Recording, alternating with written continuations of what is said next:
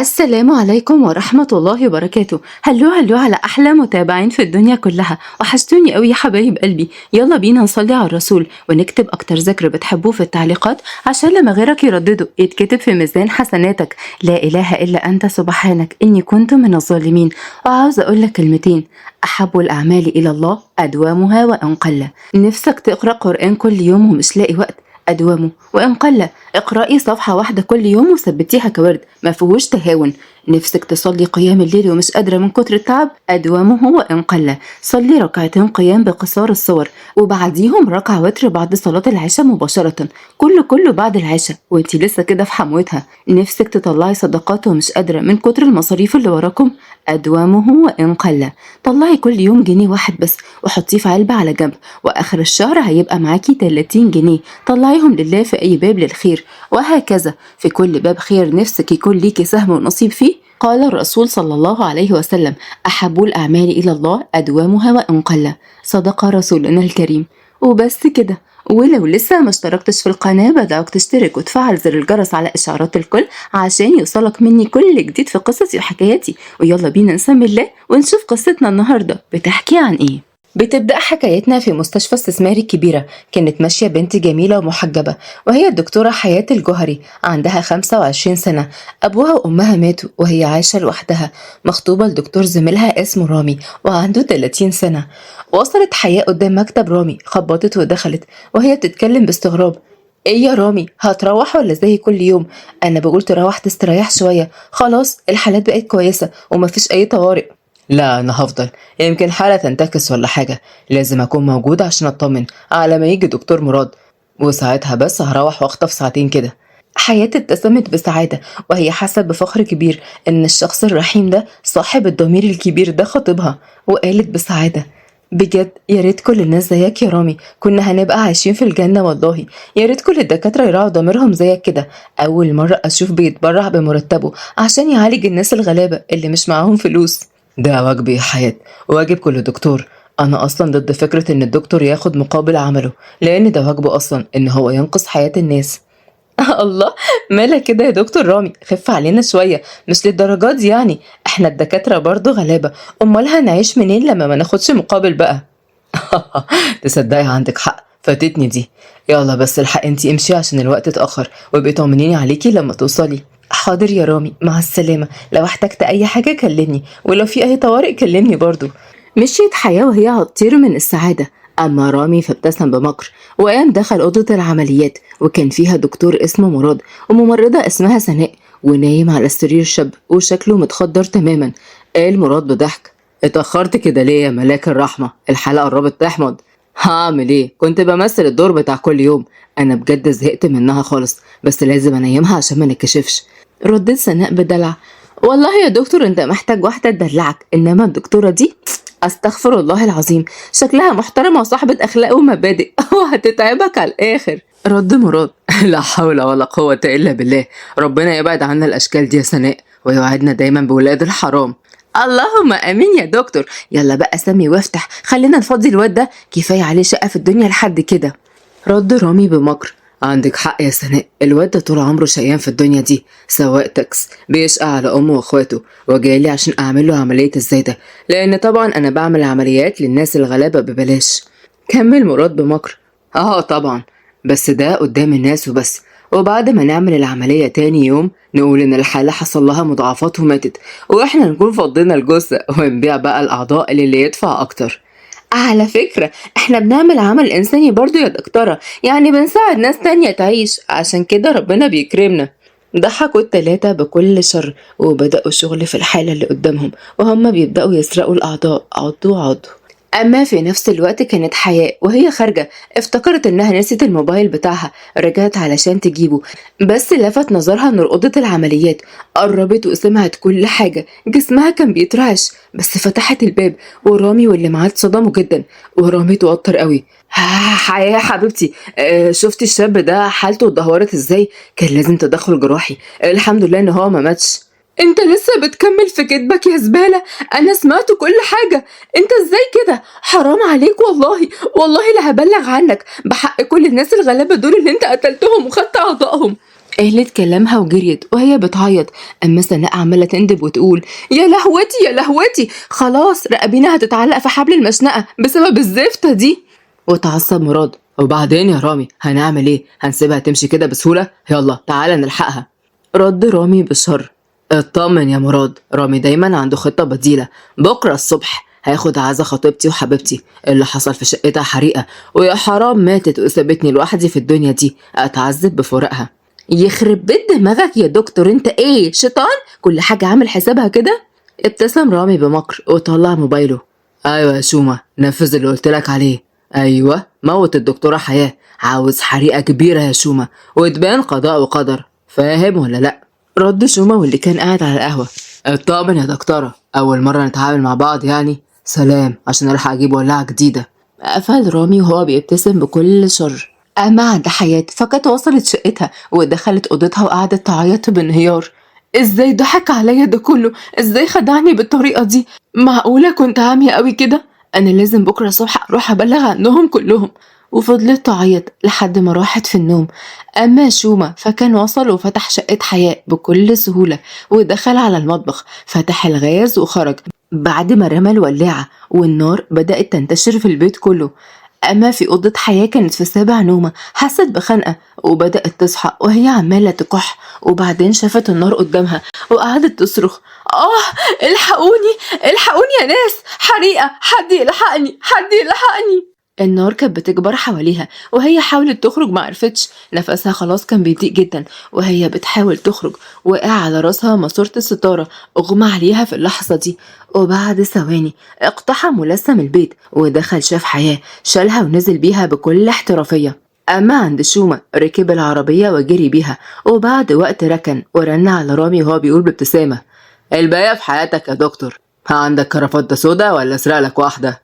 رامي كان قاعد في مكتبه ومعاه مراد وسناء ورد بضحك اكيد يعني مش هحضر عزا خطيبتي بكرافتة مسروقة، الله يرحمها بقى كانت بتموت في الحلال. مش مهم بقى، هيبقى استلف واحدة من دكتور مراد.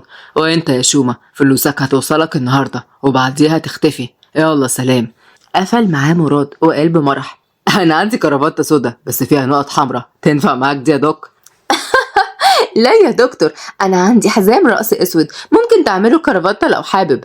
لا لا، حزام الرأس ده هتلبسيه انت النهارده يا حلوة عشان هنكمل السهرة عندي في البيت، لحسن نفسيتي تعبانة قوي، خطيبتي وحبيبتي اتحرقت يا حرام. ربنا يصبرك يا دكتور، قلبك كبير قوي، يلا بينا بقى عشان نلحق نجهز السهرة الحلوة دي. ضحكوا هما التلاتة بشر ومشيوا على طول. أما في ممر المستشفى كان واقف شاب وسيم طويل وعريض، وهو الضابط ليل السيوفي والمعروف عنه بوحش الليل، وعنده 35 سنة. قرب منه راجل كبير وهو اللواء عادل السيوفي أبوه. قال عادل بقوة هي فين يا ليل؟ ماتت ولا لسه عايشة؟ لا لسه عايشة سيادتك، أنا لحقتها ومستني الدكتور يطلع يقول لي حالتها إيه. طيب ليه حاولوا يقتلوها؟ يمكن تكون مش معاهم أصلا ولما كشفتهم قتلوها. ازاي يعني يا سيادة اللواء؟ ازاي مش معاهم؟ دي خطيبة رامي، يعني اكيد شاركته في تجارة الاعضاء، تلاقيهم بس اختلفوا في الفلوس ولا حاجة وعشان كده حب يخلص منها. رد عادل كويس انك كنت حاططها تحت المراقبة والا كان زمانها ماتت خالص. وتعصب ليل اللي زيها حلال فيه الموت، انا انقذتها بس عشان تساعدنا نوقع الزفت اللي اسمه رامي ده هو وبقية العصابة. يا ليل وانت متأكد بقى انها هتقول كل حاجة؟ اكيد هتنكر يعني، هتودي نفسها في داهية. لا اطمن يا بابا، انا ليا طرقي الخاصة وهتعترف غصب عنها. في الوقت دوت خرج الدكتور من عندها وقال بعملية اهلا يا حضرة اللواء، اهلا يا حضرة الضابط، الحالة كويسة والتنفس عندها بقى كويس، بس الظاهر انها اخدت ضربة قوية شوية على دماغها وده افقدها الذاكرة لوقت مؤقت. وتعصب ليل نعم فقدت الذاكرة ازاي يعني حضرتك؟ انت متأكد يا دكتور؟ هي فائت ولكنها مش فاكرة اي حاجة ولا فاكرة اسمها حتى، حضرتك تقدر تتفضل وشوفها بنفسك، بس اطمن مع الوقت الذاكرة هترجع واحدة واحدة. هز اللواء راسه وشكر الدكتور ودخل هو وليلى عند حياة اللي كانت بتعدل حجابها بتوتر، وقالت أول ما شافتهم بخوف انتم مين؟ وانا بعمل ايه هنا؟ وانا اصلا مين؟ انا مش فاكرة اي حاجة خالص. عادل وليل بصوا لبعض وليل قال لها بابتسامة باردة يعني انتي مش فاكرة اي حاجة خالص؟ معقولة دي؟ لا انا كده ازعل منك قوي. ردت بتعب انت مين طيب؟ انت تعرفني؟ والله انا مش فاكرة اي حاجة نهائي. انا يا ستي ابقى جوزك واسمي ليل وانتي اسمك حياة.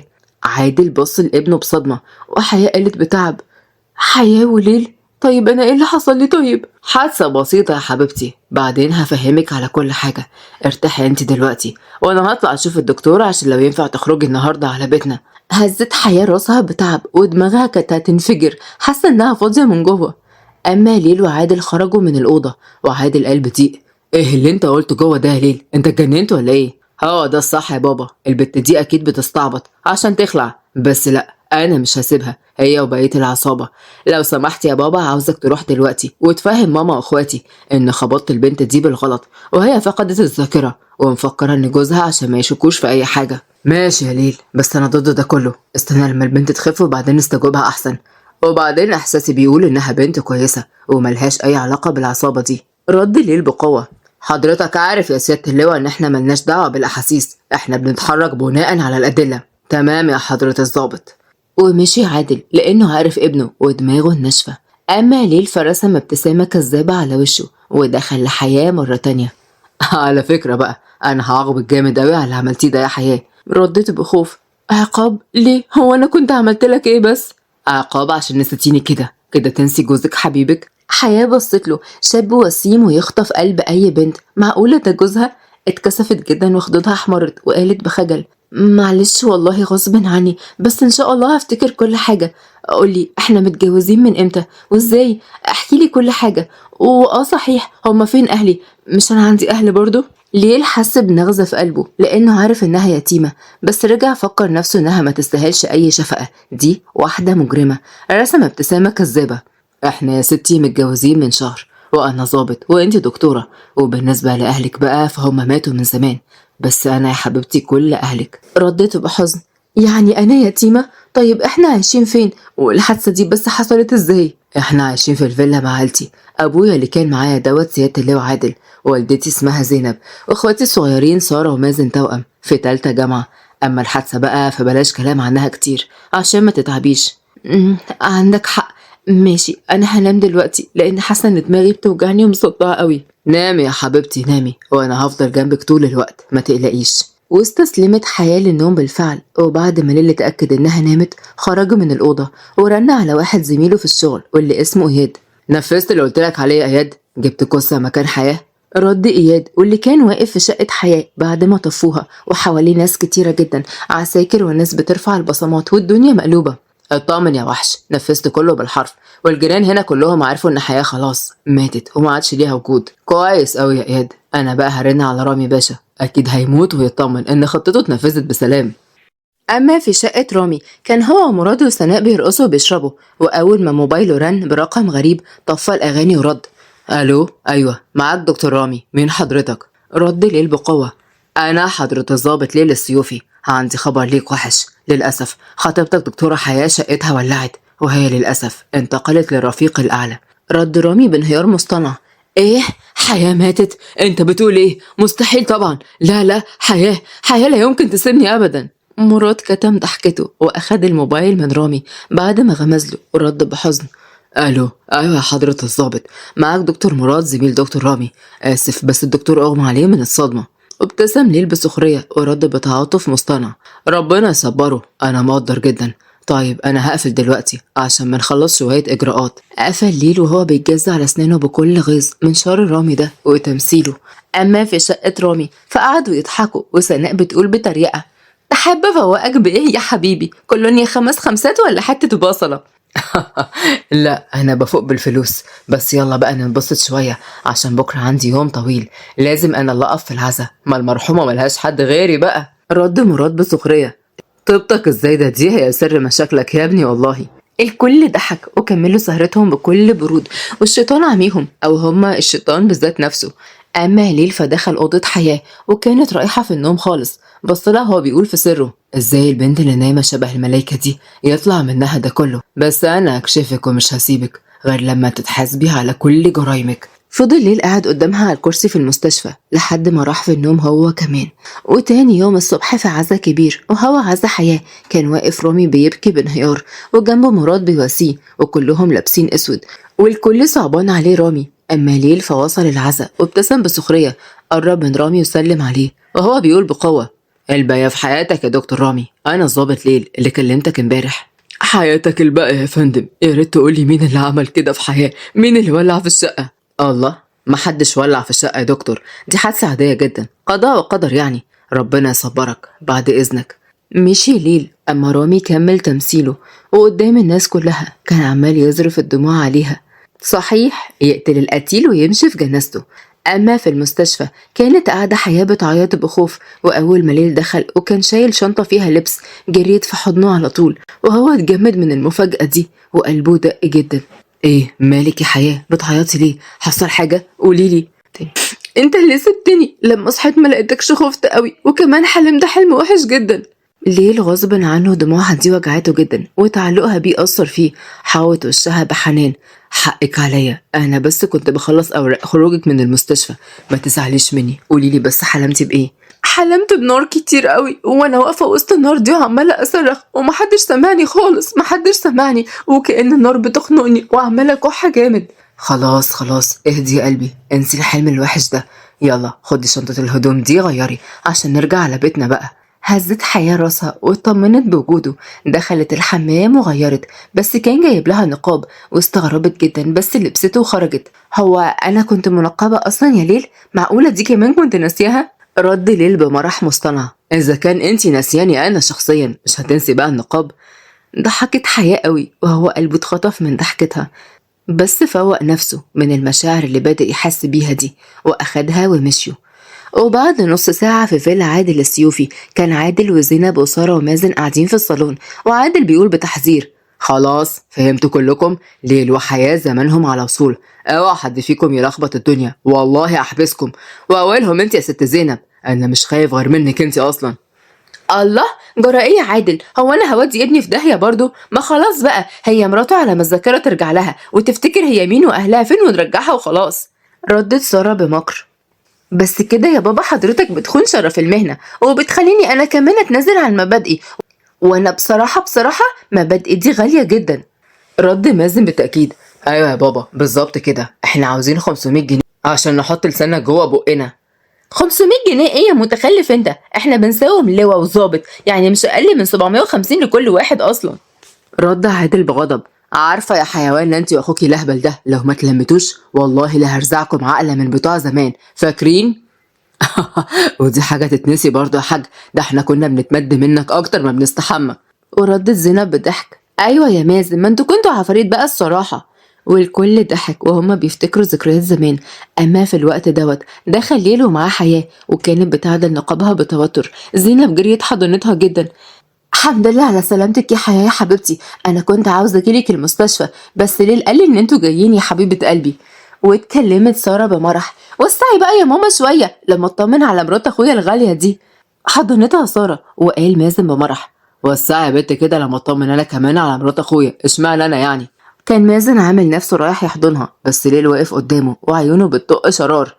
نعم يا بابا، عاوز تعمل ايه؟ تطمن على مراتي؟ تعالى يا حبيبي ولا اطمنك. رجع مازن خطوة لورا بخوف: لا لا، وعلى ايه؟ ما هي واقفة زي القرد اهي، ما فيهاش اي حاجة.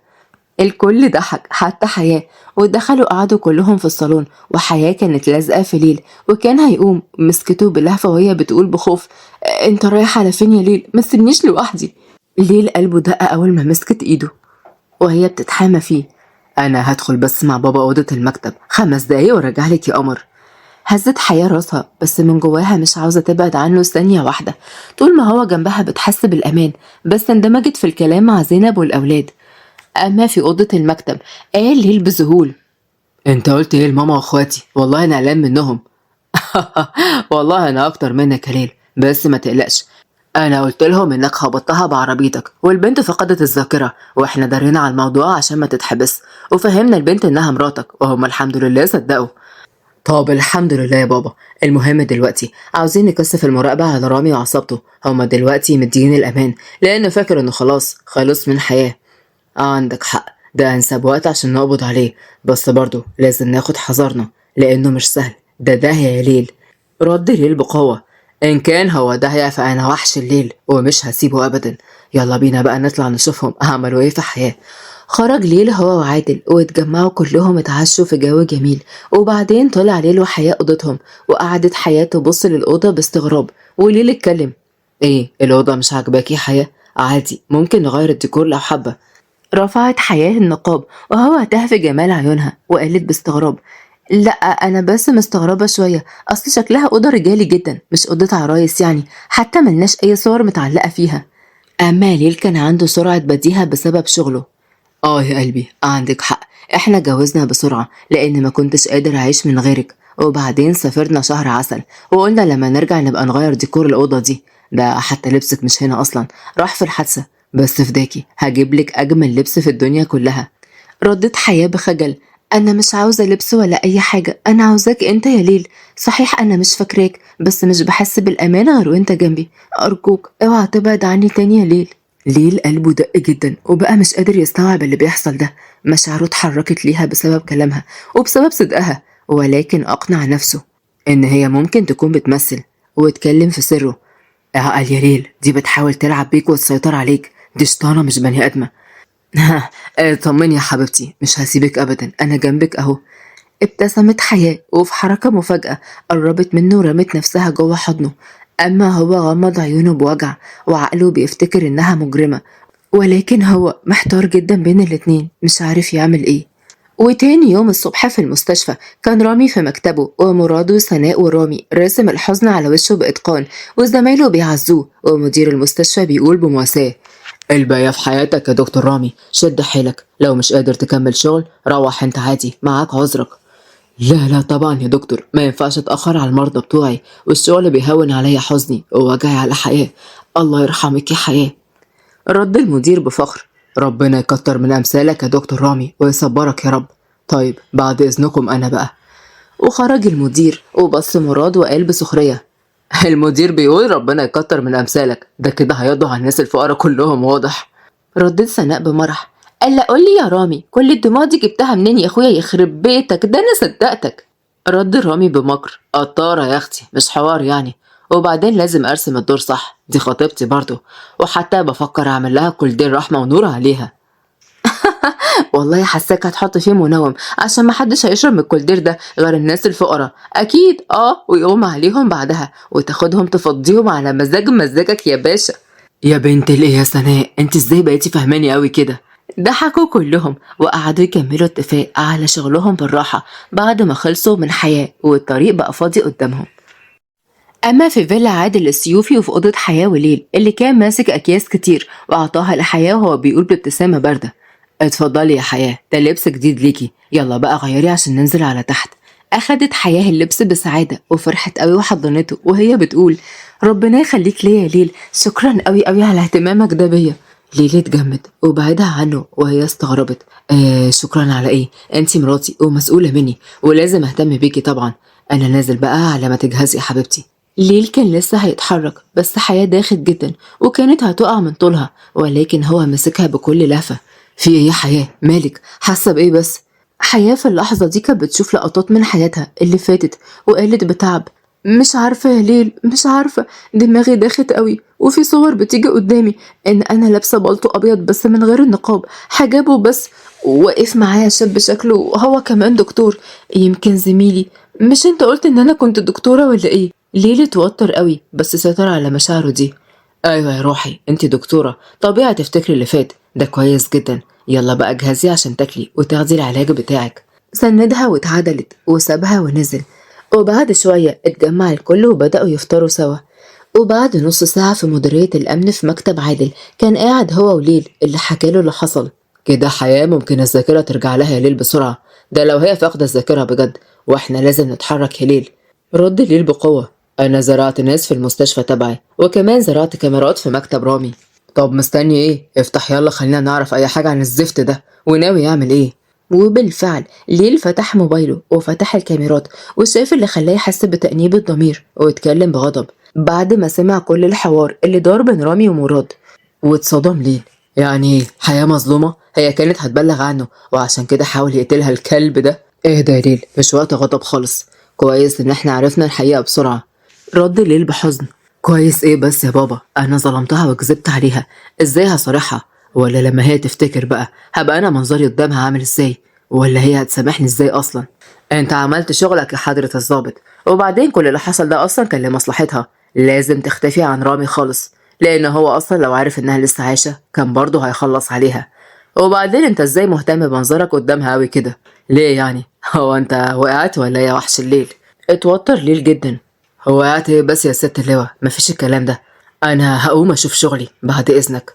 خرج ليل من قدامه وراح على مكتبه، اما ابوه بص في اثره وابتسم. اما عند ليل فدخل مكتبه وموبايله رن عليه. كانت سارة اخته ورد عليها بزهق. ايه يا زفتة يا سارة، عاوزة ايه دلوقتي؟ لو طلب سخيف من طلباتك بلاش احسدك، لان انا على اخري وهطلع كل زهقي عليكي. كانت حياة قاعدة في الجنينة بالنقاب وهي مصدومة، وبعدين ضحكت. يا خبر يا ليل، ده انت طلعت عصبي قوي. طلعت سارة عندها حق بقى في كل كلمة قالتها عنك. ليل فرح لما سمع صوتها. حياة، في ايه؟ حصل حاجة؟ انت تعبانة؟ اجيلك؟ لا لا، انا كويسة جدا، بس انت وحشتني وحبيت اسمع صوتك واطمن عليك. في مانع يا زوجي العزيز؟ ليل وجعه زاد، نفسه يقول لها الحقيقة بس مش قادر واتكلم بحزن. لا لا طبعا مفيش اي مانع، بس مضطر اقفل يا حياة عشان عندي شغل كتير. يلا مع السلامة. طيب بس خلي بالك من نفسك وما تتأخرش يا ليل، انت بتوحشني والله. يلا، لا اله الا الله سيدنا محمد رسول الله، مع السلامة. قفل ليل السكة وهو قلبه مش متحمل الوجع ده، وكرهه لرامي عمال يزيد وعاوز ينتقم منه بأي شكل. قد ايه طلعتي رقيقة وبريئة يا حياة. انا اسف ان انا ظلمتك. يا رب قلبي بيوجعني قوي. يا رب خليني اقدر ارجع لها حقها من اللي اسمه رامي ده.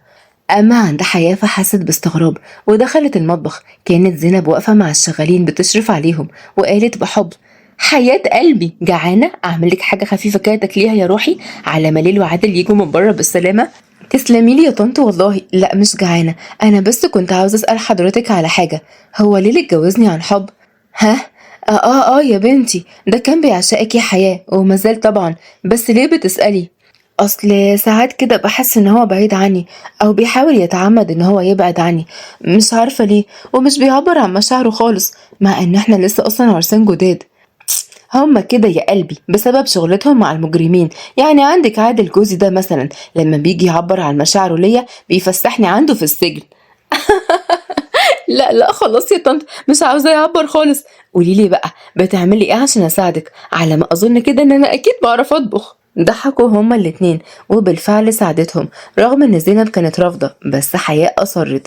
وبالليل اتجمع الكل على العشاء، ومازن قال: الله، مين اللي عامل المكرونة دي؟ دي تحفة قوي زي بتاعة المطاعم بالظبط.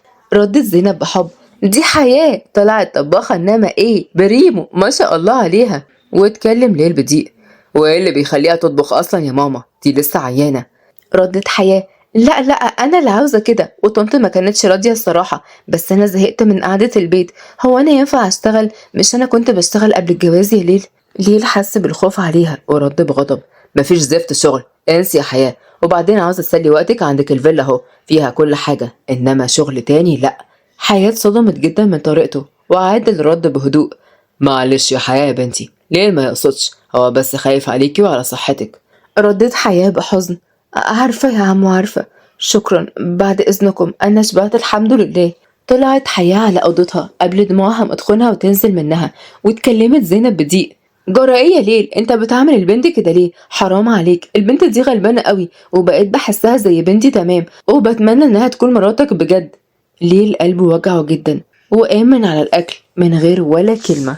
أما في أوضة حياة كانت قاعدة على الكرسي بتعيط بانهيار، وليل دخل مسك كفها وهو بيقول بحنية: ينفع كده تغضبي زي الأطفال وما تكمليش أكلك وتطلعي تعيطي في الأوضة كمان؟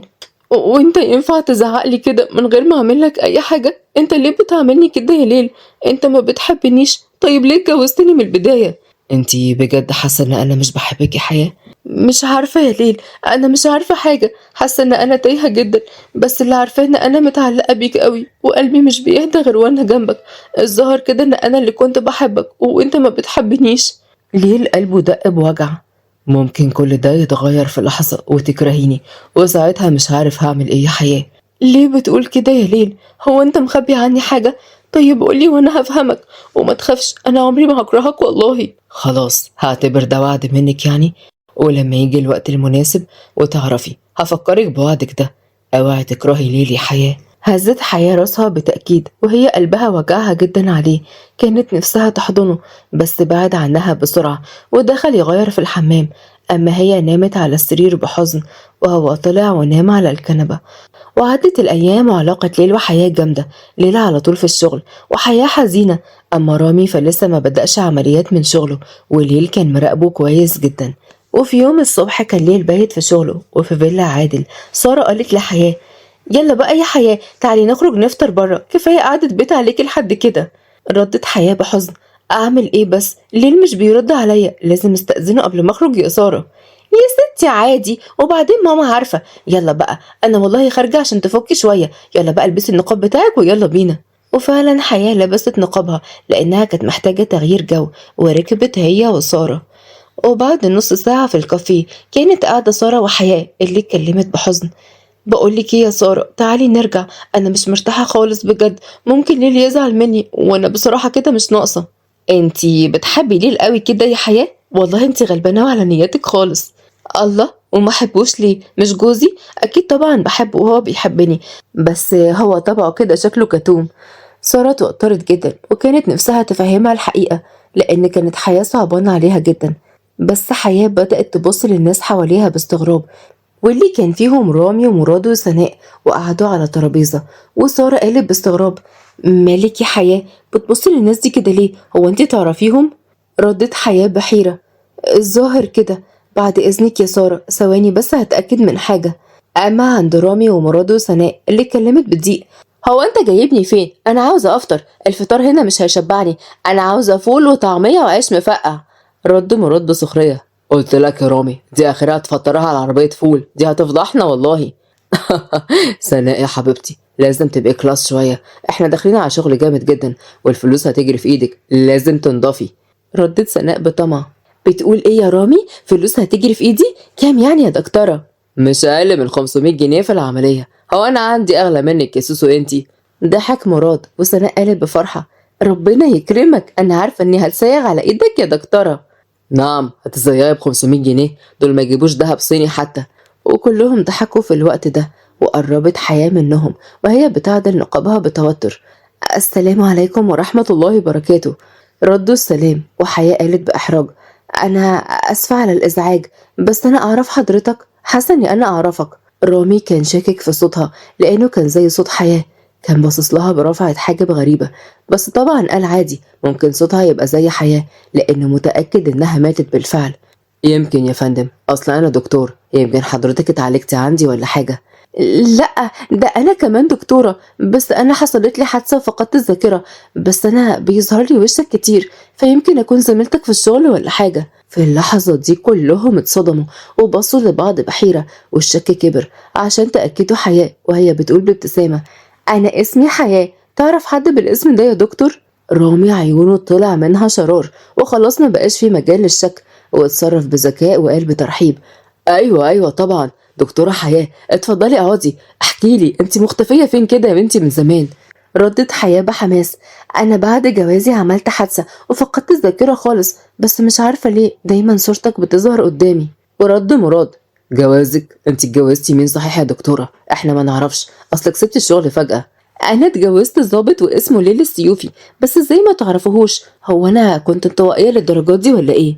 ردت سناء بمرح لا انطوائية ايه بس يا دكتورة، ده انتي كنتي اخر فرفشة. رد رامي بمكر طب ايه رأيك تيجي معانا المستشفى عشان تسلمي على بقية زمايلك وده هيساعدك الذاكرة ترجع عندك ان شاء الله. حياة حست فعلا انها عاوزة تروح.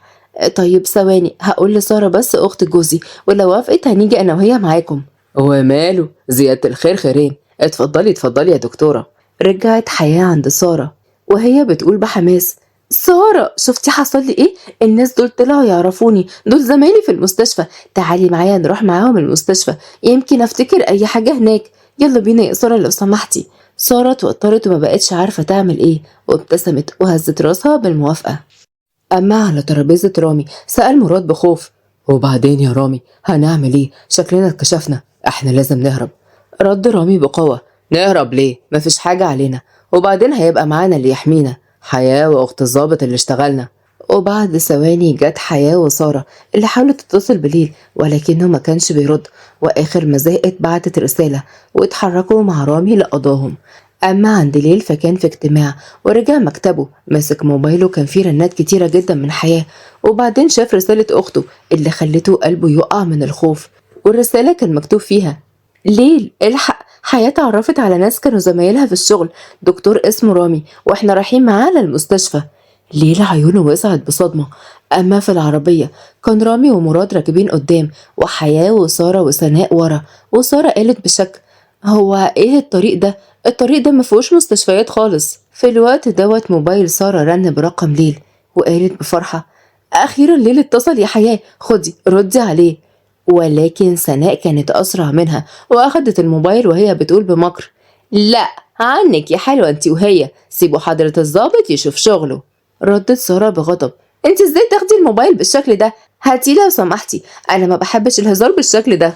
رد رامي ببرود: ولا احنا بنهزر يا حلوة، انتم دلوقتي مخطوفين، فنرجو الالتزام بقواعد الخطف، واولها مفيش تليفونات، احنا مش في برنامج أسامة منير. رد مراد بضحك: شوف يا رامي، والله انت خسارة في كلية الطب، كان لازم تطلع ممثل كوميدي. اما حياة اتكلمت برعب: في ايه وبتعملوا فينا كده ليه؟ نزلونا بدل ما نصرخ دلوقتي ونلم عليكم الدنيا. رامي بغضب: اهدي يا دكتورة، انت لسه حكايتك حكاية، وبعدين صرخي عادي، الطريق ده مقطوع ومفيش فيه صريخ ابن يومين. سارة وحياة بدأوا يعيطوا من كتر الرعب، وباب العربية مقفول بالترباس. أما عند ليل فجري على مكتب أبوه ودخل وهو بيقول: بابا الحق، رامي خطف حياة وسارة. عادل اتصدم، وليل حكاله على كل حاجة، وجهزوا الفرقة عشان يتحركوا. أما عند رامي فكانوا وصلوا مخزن وربطوا سارة وحياة اللي اتكلمت بعياط: طيب فهمني ليه بتعمل فيا كده؟ هو أنا وأنت كان في ما بينا مشاكل؟ طيب سارة ملهاش دعوة، سيبها تمشي هي. ردت سناء بتمثيل مصطنع: يا سلام، شوف ازاي ضمير الدكتورة ده على طول موديها في 60 داهية كده. يا اختي شوفي نفسك الأول، ما تفكريش في حد، ما هو لو كنتي فتحتي مخك معانا كان زمانك كسبتي الدهب بدل ما تموتي محروقة. واتصدمت حياة: ايه انتي بتقولي ايه؟ واموت محروقة ليه؟ فهموني ابوس ايديكم. حياة دماغها وجعتها جدا، خصوصا لما افتكرت الحريقة وحد ملثم، وفاقت على كلام سارة وهي بتقول بعياط: انتوا مش عارفين احنا مين؟ انا ابويا لواء واخويا ظابط، يعني انتوا وديتوا نفسكم في 60 داهية، سيبونا واحنا مش هنقول لحد على اي حاجة. رد رامي بمكر: لا ما تخافيش يا حلوة، احنا مش هنروح في داهية خالص، لان ببساطة احنا هنقتلكم ومحدش هيعرف اي حاجة. ردت سارة: الكافيه كل اللي هناك يعرفوني وهيقولوا ان احنا مشينا معاكم، ده غير الكاميرات اللي هناك. لا اطمني، انا اتصرفت واتعاملت مع صاحب الكافيه وكل اللي شغالين هناك، وزمان التسجيلات اتمسحت خلاص، كله بالفلوس بيخلص، ودلوقتي بقى عاوزكم تروقوا كده على نفسكم. ردت سناء: ايوه عشان لما ناخد الاعضاء بتاعتكم تكون حلوة كده، الا المزاج بيأثر قوي، وانتوا طبعا ما يرضكوش ان احنا نتضرر في شغلنا. وفي الوقت دوت ليل اقتحم المكان وهو وفرقته بكل الأسلحة اللي معاهم، وقال بغضب: لا طبعا ما يرضناش نضر شغل حد، وانتم كمان ارفعوا يلا ايديكم وسلموا نفسكم بهدوء عشان انا كمان اشوف شغلي. اما رامي جري على حياة في اللحظة دي ورفع عليها السلاح وهو بيقول بتهديد: خطوة كمان يا حضرة الضابط ومش هتلاقي دماغ المدام بتاعتك المزيفة، بس مش عيب عليك برضو تتجوز خطيبتي يا جدع. ردت سناء بضيق: اخي عايز تتجوز واحدة وهي مخطوبة لحد؟ ايه ما عندكوش دين؟ استغفر الله العظيم يا رب. واتكلم مراد بطريقة: معلش بقى يا سناء، احنا في اخر الزمان يا حبيبتي، خلاص تصوري اي حاجة ممكن تحصل. اما حياة فكانت مرعوبة، بس في ثانية عضت رامي وهو زقها وقعت على دماغها، اغمى عليها. وليل جري ضربه جدا واخدوا علقة موت وقبضوا عليهم كلهم. وبعد ما العساكر اخدوهم على البوكس بره جري على حياة بكل لهفة وهو بيرفعها على ايده من على الارض: حياة حبيبتي، حياة فوقي يا قلبي، خلاص انتي معايا وفي حضني، فوقي بقى يا حياة ارجوكي. ولكن حياة كانت في دنيا تانية، شالها واتحرك بيها بسرعة. أما في عربية الشرطة كان ركب رامي ومراد وسناء اللي قالت بغضب: منك لله يا دكتور رامي، وديتني في 60 داهية وضيعت مستقبلي، بقى هي دي الصيغة؟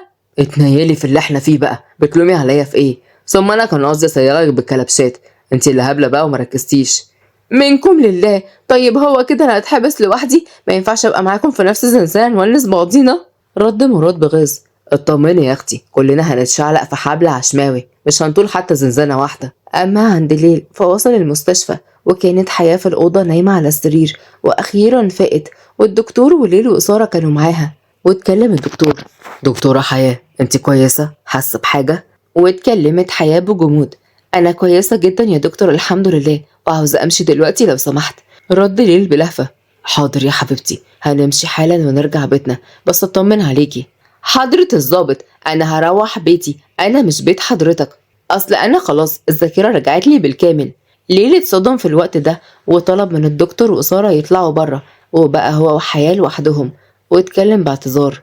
حياة، أنا آسف، صدقيني ما كنتش أقصد كل اللي يحصل ده، والله كان غصب عني. أما حياة بصت له والدموع بدأت تظهر في عيونها. غصب عنك إيه يا ليل؟ أنت خدعتني زيك زي رامي، أنتم الاتنين خدعتوني واستغلتوني. هو في شغله وقتل الناس، وأنت في شغلك عشان تقبض عليه وتاخد ترقية. للدرجة دي أنا كنت رخيصة في نظرك يا ليل؟ ازاي تقولي كده؟ ازاي بس؟ أنا عملت كل ده علشان أحميكي منه يا حياة، وبعدين بصراحة حبيتك، والله العظيم حبيتك. أبوس إيدك يا حياة، سامحيني. نفسي أسامحك يا ليل، بس مش قادرة. يا ريتك صرحتني من الأول، والله يا ريت. رد ليل بحزن. اسمعيني يا حياة، أنا للأسف الأول كنت شاكك فيكي، بس والله لما عرفتك كويس وحبيتك اتأكدت إنك لا يمكن تكوني مشتركة معاهم في أي حاجة. حياة، قدري اللي انت كنت فيه. رامي ده مجرم وقتل ناس كتيرة قوي. أنا كنت خايف عليكي، كنت عايزة أخبيكي من كل الناس، لأنه لو كان عارف إنك لسه عايشة أديكي شفتي بنفسك عمل إيه. ده مجرم مجرم. للأسف عرفت، وكنت ناوية أبلغ، بس شكله كان سابقني وحرق الشقة باللي فيها. إيه ده؟ ثانية واحدة، يعني أنت كنت الملثم اللي أنقذني؟ أيوة يا روح قلبي، هو أنا، وطول عمري هفضل معاكي وهحميكي من الدنيا كلها. انتي بس سامحيني واديني فرصة يا حياة. أنا خايفة أوي يا ليل، خايفة جدا. أنا والله العظيم تعبت من الدنيا دي كلها، وتعبت من كل الناس. ما تخافيش يا روحي، أنا عارف إنك اتعذبتي كتير، واللي مريتي بيه مش سهل أبدا، بس أنا هنسيكي كل حاجة. بس انتي قولي حياة ما كانتش قادرة ترفض أكتر من كده، قلبها بيعشقه وهي حاسة بصدقه. هزت راسها بالموافقة، وهو ضمها لحضنه جدا. وبعد شوية وقت جت العيلة كلها عشان يطمنوا عليها، وبدأوا يضحكوها ويتبادلوا معاها أطراف الحديث، وهي حاسة منهم بالألفة وإنها وسط عيلتها. عادل اتكلم بهدوء. حياة يا بنتي، احنا بنتأسف ليكي على كل اللي حصل، وكمان احنا حبيناكي قوي ومش هنسيبك، فياريت بقى تتجوزي الواد ليل ده وتكسبي فيه ثواب. حياة كسفت جدا، أما زينب ردت بحماس. طبعا موافقة، هي بقى تخرج والواد ليل يشوف له مكان يبات فيه عشان نجهز عروستنا. رد ليل بغيظ. بقى كده يا ماما من أولها بتكرشيني؟ بس ماشي، كله عشان خاطر عيون القمر ده. وابتسمت حياة بخجل، وقضوا اليوم مع بعض لحد ما بقت كويسة، وخرجت من المستشفى على البيت بتاعهم. وعدت الأيام وهما بيجهزوا للفرح. وفي يوم في قاعة كبيرة كان قاعد رامي بالبدلة والمأذون، وحياة بالفستان الأبيض والحجاب، والمأذون بيقول: بارك الله لكما وبارك عليكما وجمع بينكما في خير. ليل قام وخطف حياة في اللحظة دي لحضنه، وهو بيقول بوعد: وعد عليا لعيشك أحلى عيشة، وحش الليل هيتحول علشانك لمصباح علاء الدين. وأنا بعشقك زي ما أنت يا وحش الليل، يلي أنقذتني من وسط النار. بحبك وبموت فيك، أنت بالنسبة لي بطلي، بطلي اللي طلعت بيه من الدنيا وكل أهلي وعزوتي. حضنها ولف بيها، والكل كان بيسقف، وعاشوا أبطالنا في سعادة وهنا. ولحد هنا وانتهت قصتنا، واستنوني في قصة جديدة. سلام.